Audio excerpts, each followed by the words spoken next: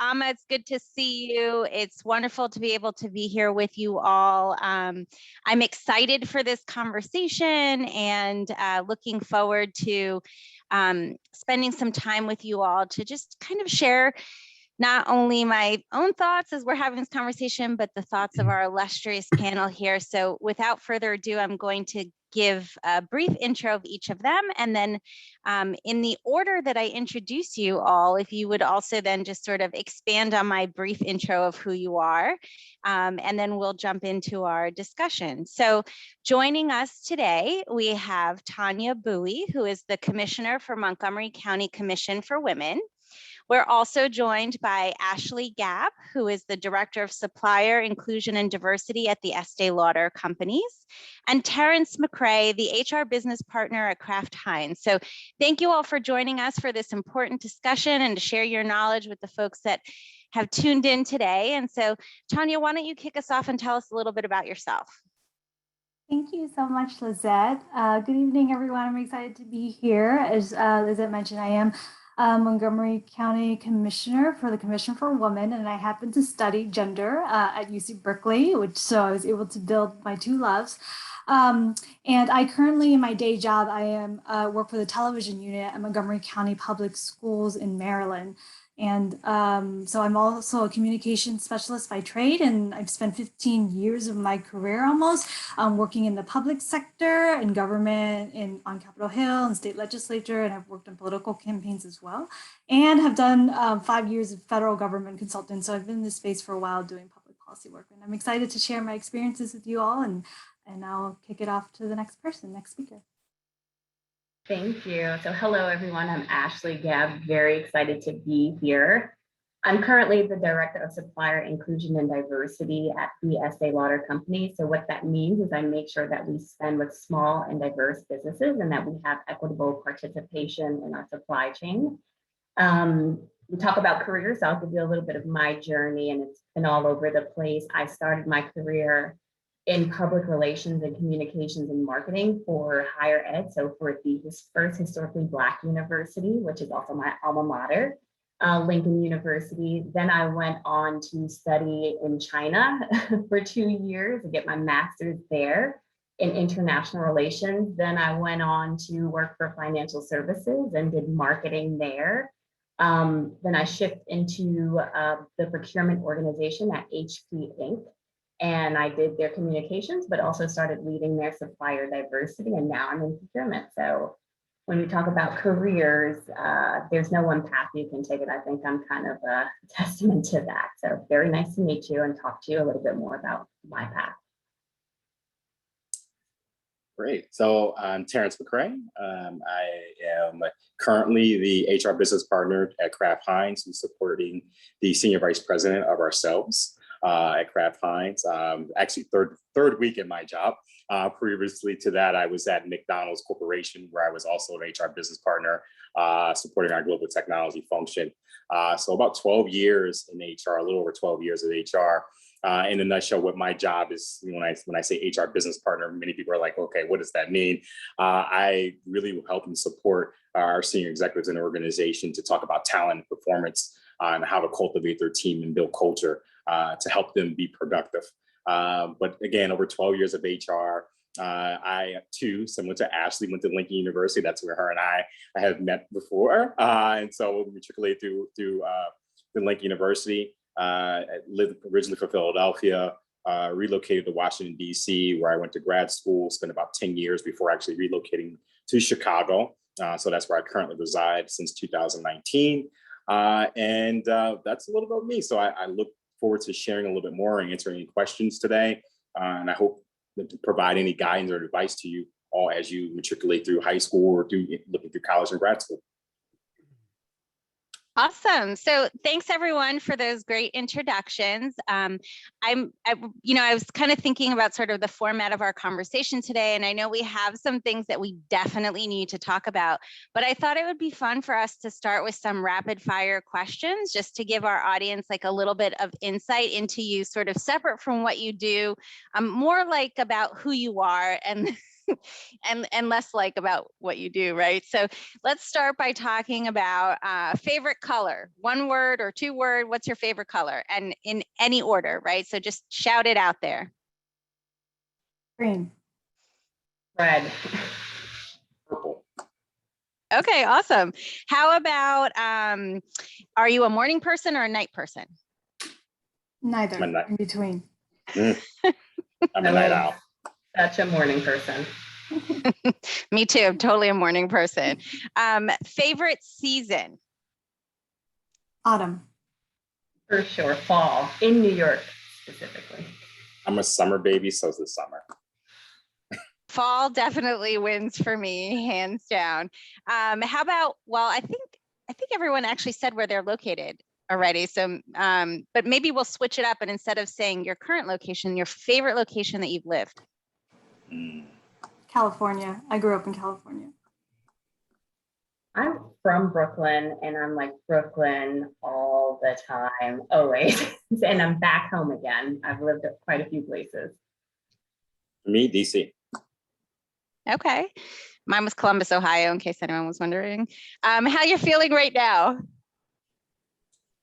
Excited. Good. Very good. Awesome. And our last one, your favorite university?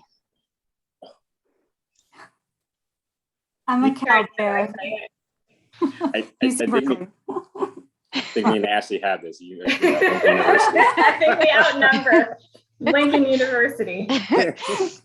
Yeah, and I'm going to go with Penn State, not just because it's where I currently work, but it's also because it's my alma mater, and it was my first home away from home when I decided to go away from my family for school. So thanks, guys, for sharing a little bit about yourselves and sort of giving us a little bit of insight into who you are and, you know, not necessarily what you do, but we're going to talk a little bit about that now and kind of start our conversation about what we do and where we are in our lives and how we've gotten there by talking about any barriers that you faced throughout the course of your life, whether those were barriers that you faced in education or your first job, or even that process of applying to your first job. Like, what have some of those barriers been, and how did you overcome them? I'll jump in and say, you know, I'm a first-time college goer for my family, so first generation. My dad is an immigrant from Belize, and my mom was a housewife and stay-at-home mom. So they didn't go to college. You know, baby is 6. I was the first to go away to college, and so I think just the knowledge of higher ed, one, and understanding applications and financial aid and all those type of things was really new for me. But then I say also, as I went on to start working, even understanding corporate America, right? You know, I think understanding the lingo and then the vernacular and how to navigate. And I think really, I mean, because it's concepts we all know. And I think once you start working in the workplace, you'll understand it's concepts you know. But I think just having the right terminology to really navigate and understand as you're sitting in these meetings and folks are talking about ROI and all these other acronyms that are thrown at you, it takes some time. And then it may make you question yourself, like if you belong. And so I would say some of the barriers were just really the lack of knowledge and, you know, business acumen and education, you know, that my family wasn't exposed to, that I have, you know, was finally introduced to when I went off into the world. Yeah, I would say the acronym one was one that drove me crazy when I started at Penn State, because they have an acronym for everything. And I'm like, how am I supposed to remember this? Lo and behold, I found someone at the university who had made a listing of what all the different acronyms were and was willing to share that with me, because I think without that, I would have really, I'm only 8 months in, but I think I would still be struggling, like trying to figure out what some of the different organizations are and some of the different entities around campus. So it's so crazy, like how little something could seem, but how big of an effect it can actually have on you. And I know when I started working, for me, it was like figuring out retirement and 401k, and should I contribute to a pension? And what did all of these different things mean? And knowing that there really wasn't anyone in my family that I could ask those questions of, because they had never had those experiences before. And so I had to find like a trusted colleague that I could really ask.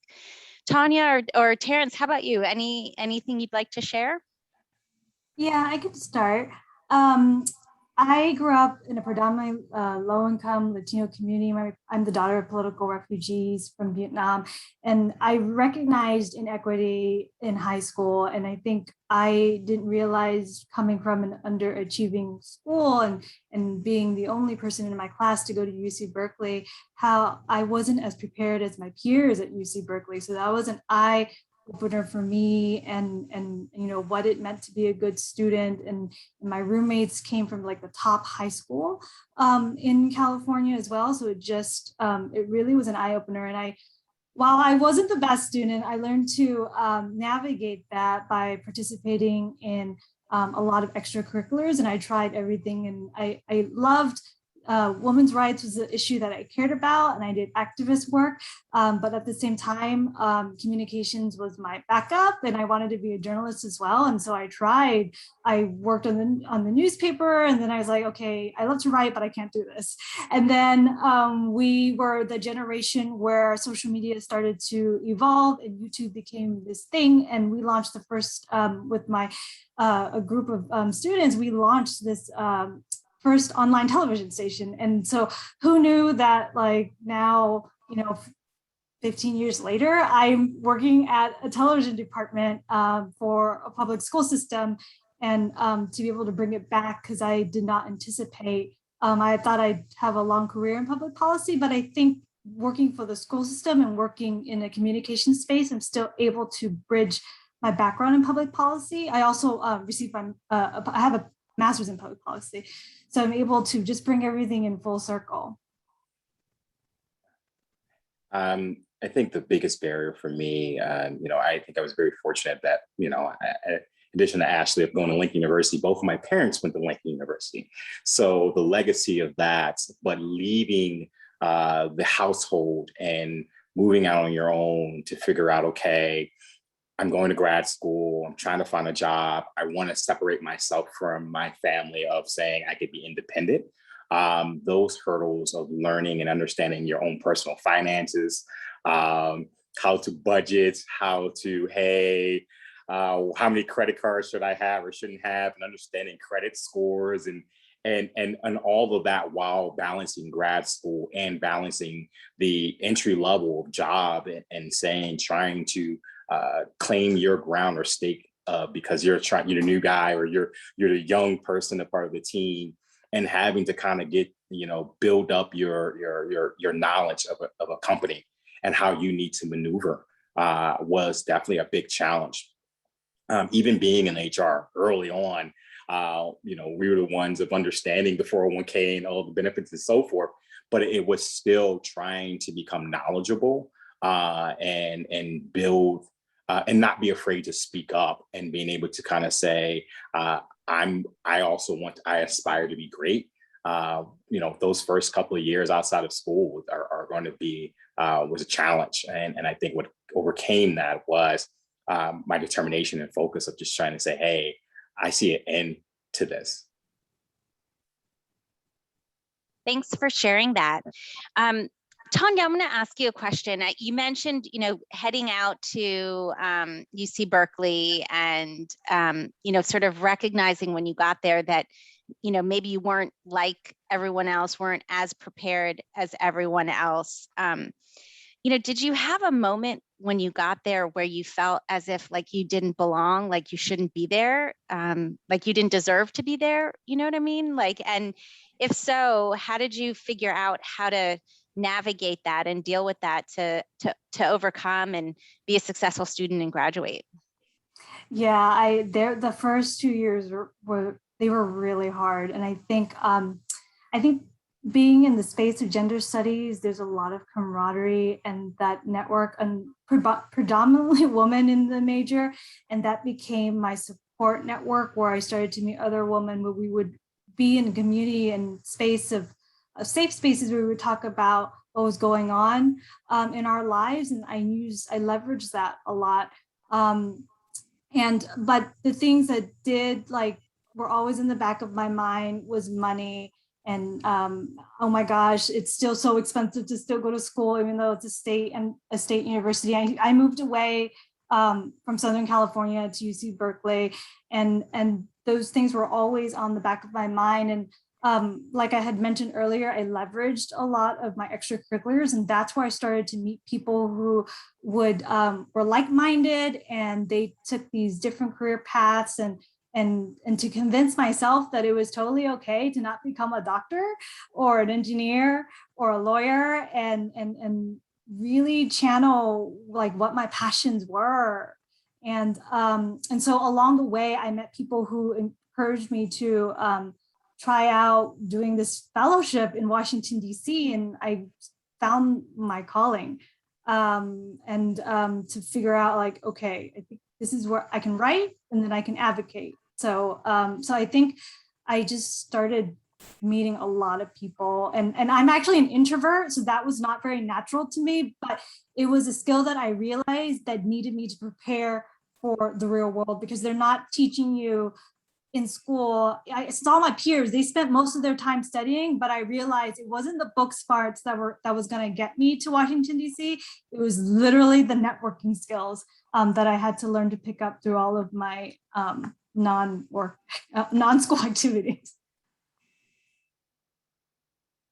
So I want to ask Ashley maybe to build on something, Tonia, that you just said, and that was about having to move away from your family, right? Like your family was in Southern California, Berkeley's up in Northern California. Ashley, you mentioned that you are Brooklyn, from Brooklyn. Lincoln is not in Brooklyn. So tell us a little bit about how that decision to maybe move away from home and go away to school affected relationships that you had with like friends and family, and other folks in your life. I'll tell you, I've traveled a lot. I think I've lived in quite a few places. I've studied and done internships internationally, and each time I go to my parents or went to my parents to tell them what I wanted to do, my dad, I could always depend on him saying, "Girl, you're crazy. Like, what do you want to do there?" Or, and I did an internship in West Africa, and it was like right after Liberia's civil war. My mom did not want me to go, but I knew it was something I wanted to do and I had to do. Same thing when I studied in China. It was something I wanted to do, and my dad was not for it. He was not comfortable with it, and he's definitely not going on a plane to visit me. So I think at the end of the day, you have to kind of listen to your inner sense, or what my mom used to call your God sense, to let you know and like guide you if that's what you feel is right. Whoever's supposed to support you will support you. And if they see that you're adamant about it, and this is what your passion is and where you want to go, they're going to get on board. If it's a good decision, if it's within reason and you're not just jumping off the cliff, but if it's a good decision, most of my family has been supportive, even if they didn't see it in the very beginning. And I knew and stayed committed to my decisions. And I think it always worked out, thank God. And I think they came along the way eventually. So that's just kind of my story. And I think it's been the story of my life. Awesome. Terrance, any advice you would offer there too? I think just not, you have to find a space where you're determined and not giving up. And no matter what others may think of your decision, sticking to your decision. And you don't know that when you're young, right? But as you get older, you're more happy that you made the decisions that you made, because it made you who you are, and it allows you to keep that drive, no matter if you failed or succeeded. It's a learning lesson. And I think I just encourage anyone to just continuously, if that's something you want to do, fine, do it, right? Find out, fail, move on. That's the only way, that's only the best advice I can tell someone. Tonia, I'm going to spin it a little bit and ask you to build on something that you said in your previous response. And that was when you were sort of joking about like, the traditional career paths, right? And how you didn't want to do that. And, I always share with folks that, in my title, I have doctor because I've earned my PhD. My PhD is in sociology, but for like 90% of my family, they think that I'm a medical doctor, right? Because my parents also first generation immigrants, like the traditional career paths are like doctor, lawyer, and maybe that's it. I don't even know. I can't even think of a third one right now. Engineer maybe is something that I think both my parents knew of, right? And so my dad used to always tell people, oh yeah, she's a medical doctor, even though I'm the farthest thing from, right? And so, sometimes for our families, we have these sort of traditional career paths. And I know you've deviated from that, right? So maybe you could share a little bit about, what those conversations were like with your family and how you learned to navigate that and help them to understand, like, what you were doing was equally as important and could lead you to have a successful career. It's just a different career than what they had expected. Yeah, and I think Ashley did make a point too earlier that resonated with me, was that it took time for my family to understand. I think when I decided to say, oh, I don't want to be a journalist anymore, they had nothing tangible to speak to family members or their friends. And then at some point they stopped talking about what I was doing because they had no language for it. So my story is that I actually bought a one-way ticket with conviction. As Terrance says, you go with your gut. And I wanted to work on Capitol Hill and I didn't come back. And I had like little savings and I just had a leap of faith and I ended up on the Hill. I ended up working for Congressman Javier Becerra, who's now the HHS secretary under the Biden administration. And I decided that in order for them to understand what I did, I invited them to come to Capitol Hill and tried to explain to them and made the connection that this is why they left communist Vietnam, because we have democracy here and not very many people can come see the House floor where votes are happening. And that vote is so important because these are the people who represent you.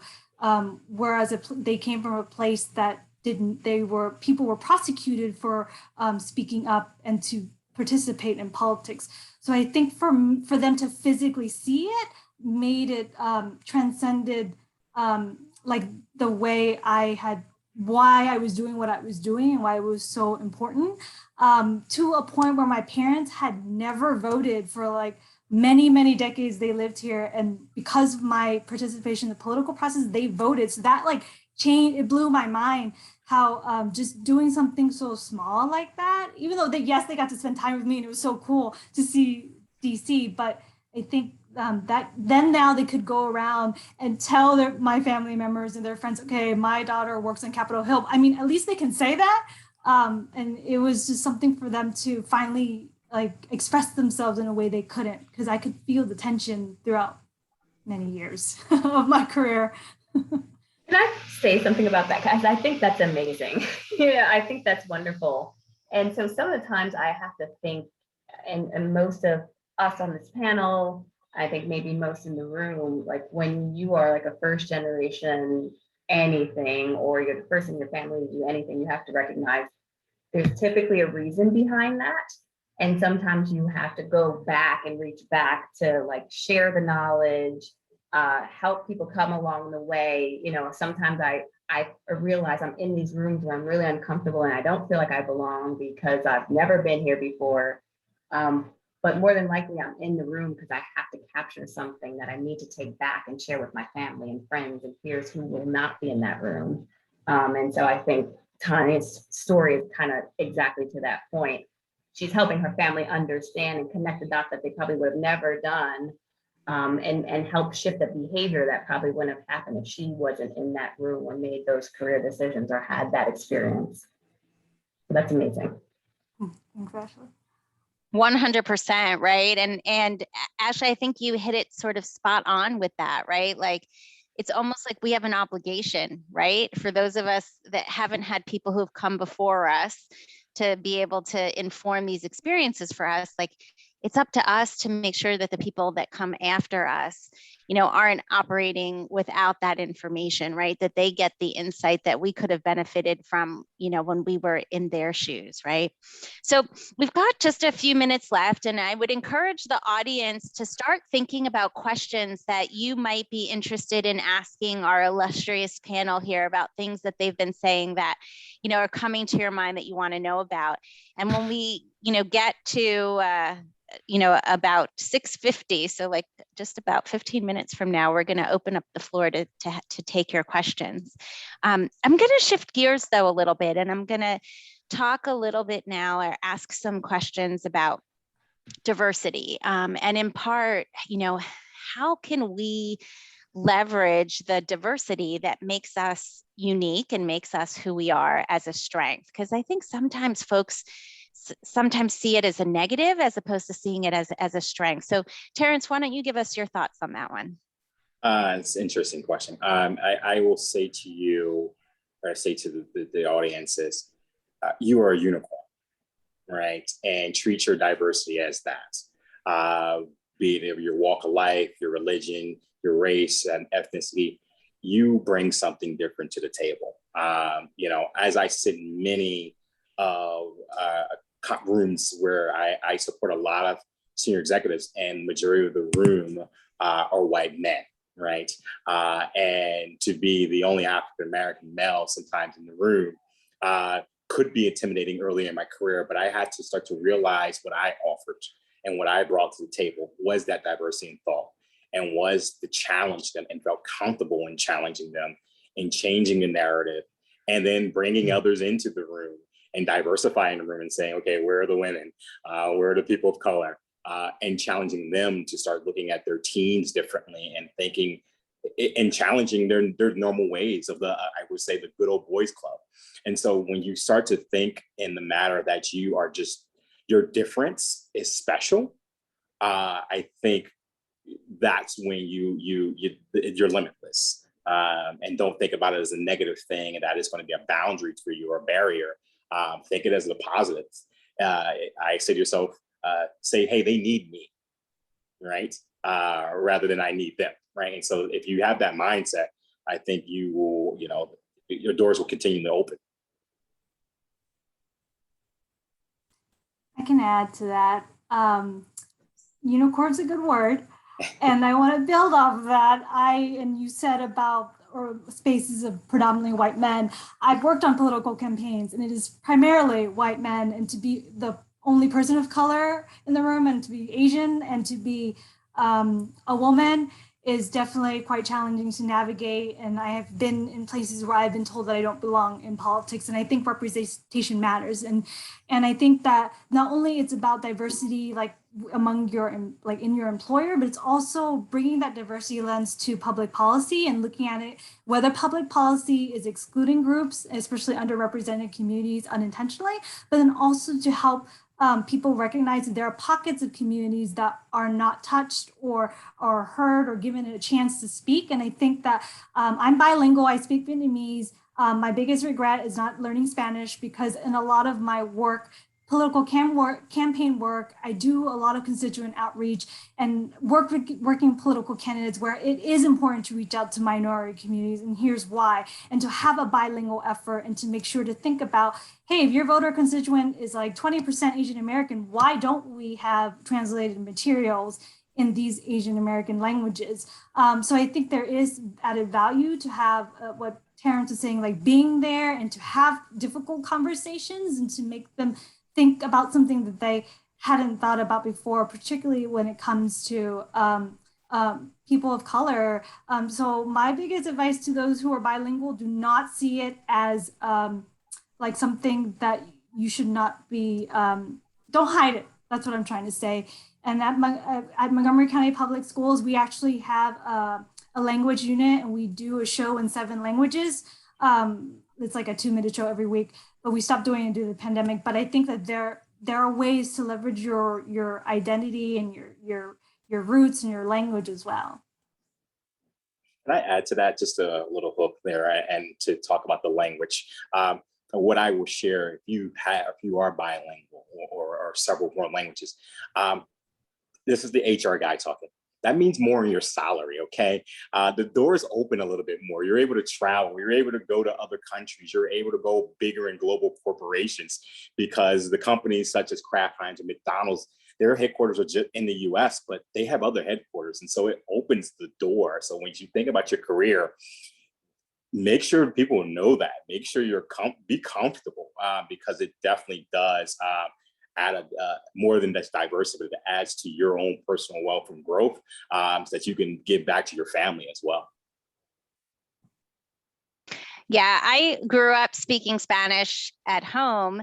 And then realized when I got into high school and I had to pick a foreign language, well, I was like, I'm just going to stick with Spanish because I didn't know how to read or write it, right? And so that was an important piece for me. And then even in college, I minored in Spanish so that I could have that additional sort of certification behind my name so that I could, as Terrance said, sort of leverage that on my resume. I could, take advantage of the fact that it was something that I'd grown up with, and now I had honed my skills in it, and it could work to my advantage. So we've got, I think, time maybe for 2 more questions. And I've got one here asking about career paths, right? And wanting to talk a little bit about what that looks like. Sometimes we think we're going to go down one path and then we change our minds and it works out even better for us. And sometimes it's a lesson learned, right? It doesn't work out as well as we thought. It's a lesson learned, but we sort of pick ourselves back up and start back over. So I wondered if anyone could sort of talk a little bit about that, like, that experience of thinking you want to do something, then changing your mind, maybe it working, not working, and how you figured all of that out. I can go ahead because I definitely changed quite a few times. Even in college, I started out as like a psychology major, then I went to bio, and I ended up with a degree in broadcast journalism. And so I was all over the place, but I think really I was just trying to understand my strengths. And I think we talked about that a little bit more. And I think what I can emphasize is study yourself and like start with self-understanding and identifying your strengths and things like that. So it took me some time to say, well, what do I really enjoy? I like talking, I can talk. So I'll do communications. And then I went on to the path of working in communications for some time because that, if we think about how we structure things, that made the most sense. And so I went on to do like internal communications and again, public relations. And then as I grew a little bit more and started to understand myself a little bit more, I think I changed from going toward fields and more so about how I can have an impact and what was my overall personal mission. And so I started to think, well, what's my personal mission? What do I want to achieve in life? And so I knew I wanted to economically empower women and people of color. So however I could do that, in whatever role I can do that, that's what I will do. And I think it helped me be a little bit more flexible in my career path. And that's why you see me going into procurement and now in supplier diversity and, still doing some communications here and there because I was more purpose driven rather than field or role driven. And I think that has better suited me and made me happier in my career as I've understood that a little bit more. So I would definitely advise folks to figure out your personal mission, what impact do you want to have, and then guide yourself that way. I want to add to that, Ashley. You summed it up quite well, and I think finding that personal mission is so important. And like you, Ashley, I also had to figure out myself, and my mission in particular was that I really wanted to change the system and institutions from within to ensure representation. And I don't know if anyone has heard this. If you're not on the menu, if you're not at the table, you're on the menu. So you don't get that voice. And so I jumped around as well. I mentioned I worked in political campaigns and worked on the Hill, but I also spent some time in the nonprofit world. And I did some blogging for a little bit and then spent some time in federal government consulting. And I think that all of those things like kind of helped me figure out like, what do I like? What do I don't like? What am I good at? Okay. What environments do I hate? Do I like fast-paced environments? Do I like slow environments? It just kind of like helped me navigate a lot and finding a sense of self and to be more grounded now and determining what I like to do professionally and what brings me joy. And so I can say, like, it took me a while to get here, but I do love my job now at the television department, because I'm able to leverage and learn new production skills and editing skills and be creative and write scripts. That's just something new. And so I do agree. It's all about connecting the dots in the end. And if everyone has a chance, please listen to Steve Jobs' commencement speech about connecting the dots. It will, he also had a path that went all over the place. And when I heard it, I was like, oh, that resonated with me. So. Terrance, anything you want to add to that? Interesting. As I said earlier, 12 years in HR, so I don't think there was much change going on there. But I think throughout that 12 years, I have worked in many different functions within HR. HR within itself has many, many, many functions. And I knew that there was a passion to get to the top. And I knew that in order for me to get to the top, there had to be diversity in my thought, and how I had to understand and be somewhat of not an expert, but know a little bit of everything. And so driving my career to saying, hey, I need to spend 2 years in benefits. I need to spend 2 years in talent. I need to do 2 years here, and being very methodical and getting that experience, because I knew that I wanted to be one day, and I'm still on that path, right, of being the head of global HR for a corporation. And so, that's just the drive. We're just saying, hey, you're no matter what, if it's changing careers or changing majors or just changing how you think and improve how you think and change how you are able to adapt to situations. It's just gonna be ebb and flow, and you just got to sometimes go with it. And be comfortable in that space. And as I said earlier, it's okay to fail. It's okay to make a decision that may not have been the best, but you learn from that.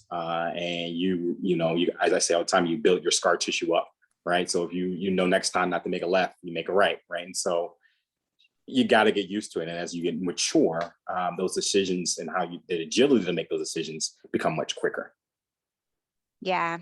And I think sort of thinking about what you all are saying about, navigating these career paths and the changes that we make. And I think about my own experiences. And the one thing that I think I struggled with the most, and this is just sort of the nature of my personality, was that I didn't want to let anyone down when I was like changing my career, because I have had a couple of career changes too. And I think about sort of that, oh my gosh, if I don't teach, right, because I was on the path to be a faculty member at a university, and if I don't do that, am I letting my mentor down? Am I letting my advisor down? He spent all this time working with me, and here I am wanting to make this career change that is going to take me away from that. And I had to learn how to be okay with that, right? I had to learn that at the end of the day, my career and what I did with it would be more successful if, as Ashley said, I was true to myself, if I was doing what I was really ultimately passionate about. And it took me a while to figure that part out. And I think it's the same with my family too, because if my family had had their way, I would have stayed at, close to home and not moved around and, kind of been there, for every little thing. But I didn't want to do that. And I had to be okay with explaining to them, why it was better to let me go, right? Let me spread my wings and do my thing. And sometimes those conversations can be really challenging to have with our families and our networks when they don't, when we're afraid of how they're going to respond to it. So if let me take a look at the chat and see. Scholars, this is your time to ask questions. There you go. You got a long one. I got a long one. Okay, here we go. So the question says, and who is this question from? An Lee. If you were a college freshman again, what would you have done in the next 4 years? Is there something you wish you should have done instead, or you would still do it? And well, we'll pause there and then we'll come back for the second half of that one, which was kind of like the closing question that I had, right? Like that piece of advice that you would give your 18 to 20-year-old self. So thoughts? I think it's a tough one for me because, as I said earlier, I have no regrets of the decisions I've made. And so there's not much that I would have changed because I wouldn't be here today. I think if there's anything, I would say learn about finances a little early in your so take a finance and accounting class. How about that? And really pay attention because it does come back around. Don't think it doesn't. It does. But other than that, I wouldn't change anything else because I think that's why we're here today, probably speaking to you because we failed fast and kept moving. Yeah, I agree with Terrance in that. In addition to the finances, I think I encourage everyone to learn how to say no in a way that and learn to have boundaries too. I didn't learn that until later in adult life. And I'm telling you this because my first year on Capitol Hill, I actually passed out because I was overworked and my supervisor took me to urgent care. And I think that was a life like changing moment for me that I had to learn to say, okay, no, I can't be working these crazy hours. Is this really the lifestyle that I want to be and always be attached to my phone and on call all the time? So, yeah, I definitely encourage figure out how to say no in a way that's healthy for you. And I guess I would say you can be selective and consistently challenge, whether that's you challenging your university or your community leaders because you don't like the decisions they've made that impact you. Be selective in where you want to go to school, what companies you want to work for, right? I think more and more, what brands you purchase from. More and more, we're realizing that we have the power to, when we talk about DE&I or ID&E or however you want to use the acronym, the reason that it's such a big topic is because people like us, consumers or employees or whomever, are pushing and demanding and being selective and challenging. So we need more people like that because that's how change happens. And I would say, even with selection, you have the right to choose who you want to work for and make sure they align with your values. Are they doing things responsibly? Are they about inclusion and diversity? Are they, empowering their employees? So think about those things and align yourself with people, brands, companies, employers that match your values and challenge them. If they Awesome. don't. So the second part of that question was asking if you could share, challenges, accomplishments, advice, basically, on how you transitioned from high school to college and from college to career. So anything that stands out to you all about either of those transitions or both of those transitions, like advice you could share to folks? Go ahead. Ashley. Yeah, I would say that the transitions can be, any change is tough. I would say, finding the right relationships or peers, or we talked about, like finding your resource groups, whatever that is, whether it's, your family or whomever, to help you through that transition, and using the knowledge that they already have to help you, like, I guess, lessen the blow has always been helpful for me. So always reach out to a person who's been there before you and see what wisdom they can impart, because then it just helps it make it much more smoother. So if you're going to a college, reach out to a person who's gone to that college, or if you're going to work for a company, reach out to a person that's working for that company so you can understand and have kind of a head start. It's always been helpful for me. Yeah. What I was going to say, similar to that, Ashley, is I said some may say just mentor or build your board of directors or your advisors, right? Where I think both of those transitions are totally different. So from high school to college, you still have home, right? You still have parents, you still have somewhat of a security blanket, right?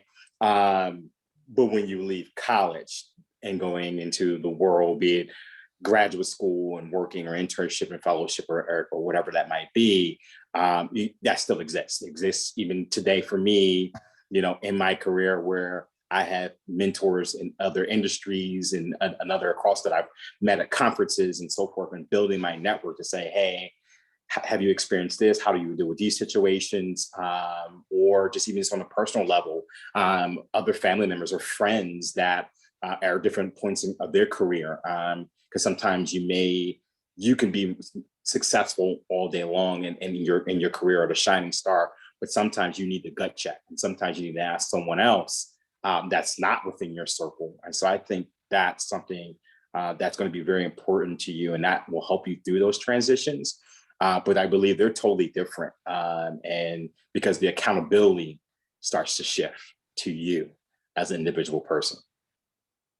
So I want to ask a follow-up question, Terrance, to what you're saying. And we've got 3 minutes left. So if everyone could just, sort of think about what they want to share about this, because we've gotten 2 questions in the chat about building your network and networking. And I think, both Ashley, your comment, and Terrance, yours were like, okay, find your resource group, find your network, build your board of directors. But how do you do that, right? Like, what are some concrete steps that you could offer up, to be able to create those networks that you can then turn to or rely on when you need them? Yeah, go ahead, Ashley. I can jump in. I was thinking, I would say, like, in corporate America, when we're thinking about like how we want to build something, we look at what other people are doing. And so first of all, I would say, and it's called benchmarking. So I would say I'm not about networking.